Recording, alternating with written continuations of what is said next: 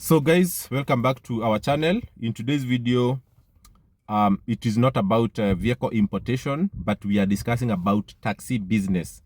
So taxi business is a topic that is very, very close to my heart because that is where I started this content creation, because I have vehicles that I actually need to update you. I have vehicles that are with drivers on the road that pay me some amount of money every day. So if you are out there and you are interested in investing in taxi business as a partner, okay, because I started this as a part-time driver, and then I saw the potential, so I bought vehicles and I gave them to drivers.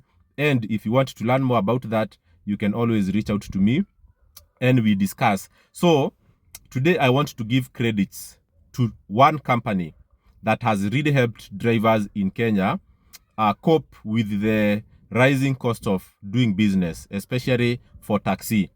And this company is Uber, okay? And when I say Uber, I don't mean the industry. We call the whole taxi business Uber, but this time round, I am not talking about Bolt, I am not talking about Little Cab, I am not talking about Yego or Faras or anyone. I'm talking about Uber, U-B-E-R. That company, to be honest, it is very, very caring about drivers. And this video actually is not a promo. I have not been paid by Uber to say what I am saying. But I have come to notice that Uber is one company in one way that tries to make the environment work for drivers. And I'm going to mention two cases where I have seen Uber come through for drivers when nobody else in the market really cared. I know drivers have always called for better prices, okay? They have always said that every trip that a customer picks need to be charged more. Let's say 2 times the amount. Drivers have always said 200 is not enough. Let's make the minimum fare price to be 400. But if that one is made a reality, drivers will start to complain again, because a lot of Kenyans will not afford to pay a minimum fare of 400 when you request a taxi. Let us be honest with ourselves. Even myself, I always want to request trips that are very, very affordable from my standpoint, you know, with my disposable income. The money I have, I wouldn't say that I have money to spend on 400 on Uber every time I pay 400. So I always tell drivers to be careful what they ask for. And sometimes I need to agree with these companies that they don't always respond immediately to the demands of the drivers, because if they say yes, then drivers might lose a lot. And I gave an example of what happened with Bolt.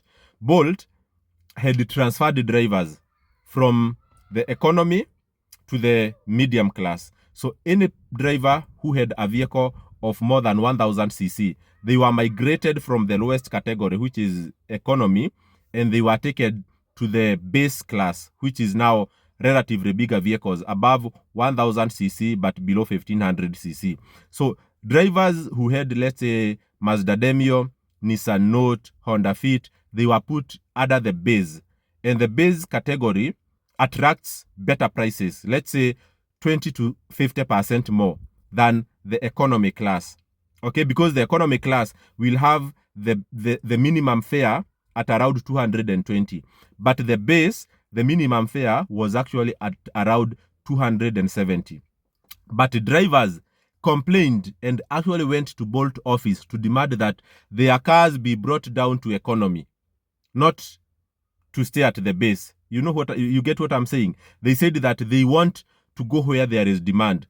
And economy, for the smallest car, the least amount of fare, that is where demand is. Those who are within base, they could make maybe just 2 or 3 trips in a day, while those who remained in economy, they were making up to 10 trips. So at the end of the day, Bolt agreed and said, if you have a big car and you want to carry in the small category with the current prices, we will, with a lot of pleasure, give you what you want, but please don't complain. So please, what I was trying to say is that sometimes we as taxi drivers, we want to ask for things, but if those things are delivered, I am telling you, the business will never be the same again. People will be delivering just maybe 5 clients per day, but in my view, I would prefer to carry 10 people make less money, but add it up by the end of the day, have more money than say that I'm carrying 3 clients who are high value, but the value is not that high to sustain me. So why am I saying that Uber is a good company? Okay, Uber, they have done 2 things that I have come to notice. They are very, very important. When you take your vehicle to Auto Express for service, when you are changing your tires, when you are changing your oil, especially the engine oil servicing, when you are buying brake pads and everything, when you are buying spark plugs, Uber have a contract with Auto Express to give discount to taxi drivers. And that's why when you drive in most of these Auto Express centers, you will find a lot of small cars parked in front, because they give us as taxi owners over 30% discount on everything that we buy there. I bought very, very quality tires that have served me for up to 3 years right now at a very, very good price. And when I go to the market and demand and ask for that brand of tires, it was being sold to me at around 5,000, and I was able to buy them at Auto Express at around 3,500.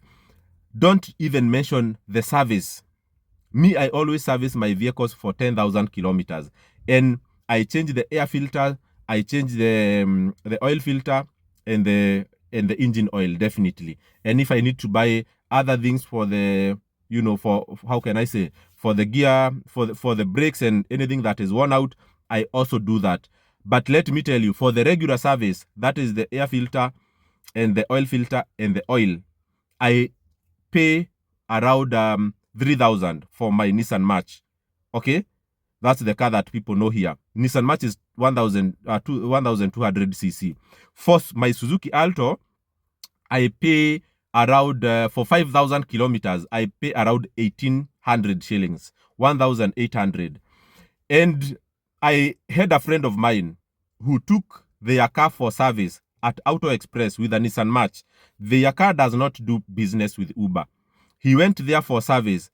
He did 10,000 kilometers. He changed the same thing exactly the way I changed mine, and he was paying 4,500. I took this car that you are seeing, this is a CX-5, for service at Auto Express. Without, of course, CX-5 does not do Uber. I came to notice that servicing a car is very expensive. I did not know that, because all of the vehicles I have been driving all through are Uber registered, and when I take them to Auto Express, I am charged very little amount of money. I didn't know that servicing a vehicle is very expensive. This one, actually, it is terribly expensive. Okay, maybe for other people, it might not sound expensive, but I am feeling the absence of Uber discount when I am servicing my private vehicle. But if it is my vehicle for Uber, a lot of discounts that Uber drivers enjoy out there for high quality of service at a very affordable price. So take your vehicle at AutoX, and that's why I was wondering. I have preached servicing vehicles at Auto Express for a very long time, but I was seeing no interest from a lot of people, because people are saying it is very expensive to service at Auto Express. If your vehicle is not Uber registered, I agree, Auto Express is not the most affordable place to take your car, but they have made it affordable for Uber drivers. Okay, so that is one thing. The second thing is a communication that was sent out to all taxi drivers by Uber, saying that right now they have partnered with Total Energies to subsidize every liter of fuel by 3 shillings. So if you are a taxi driver, there is definitely a process that you use. There is an online form that you fill in, and then you are registered, and then you go to Total Energies or to Uber office. You collect your Total Energies card, and then if you fuel at Total Energies, anytime you fuel there, you get 3 shillings back into your account.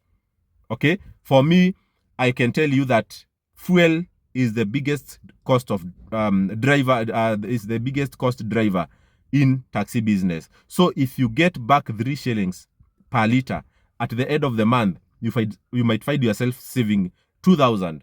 Some people might say that is not a lot, but if you are to save 2,000 every month from the kickback you are getting of 3 shillings per liter, it's quite a significant amount that you can dedicate to do something else. So those are 2 things that I have seen Uber doing for the betterment of the entire taxi industry, and caring about drivers. Of course, they can do more. They can increase the fares, they can reduce the commission, they can stop blocking drivers, they can stop so many things.